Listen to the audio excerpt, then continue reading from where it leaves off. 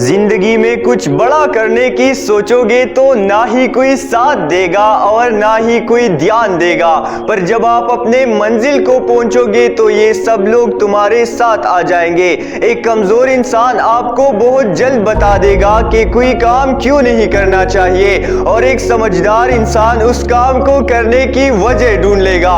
تو کمزور نہیں، سمجھدار بنیے، باتیں نہیں، بڑے بڑے کام کریے، کیونکہ دنیا کو سنائی کم اور دکھائی زیادہ دیتا ہے۔ زندگی میں جو آپ کے ساتھ اچھا سلوک کرے اس کا شکریہ ادا کرو، جو برا کہے اسے یہ سوچ کر معاف کر دو کہ سارے پاگل لوگ اسپتال میں نہیں ملتے، کچھ کھلے عام بھی گھومتے ہیں۔ یہ لوگ صرف آپ کا حوصلہ گرائیں گے، پر دنیا آپ کو گرا سکتی ہے، پر تب تک نہیں ہرا سکتی جب تک آپ خود ہارنا نہ چاہو۔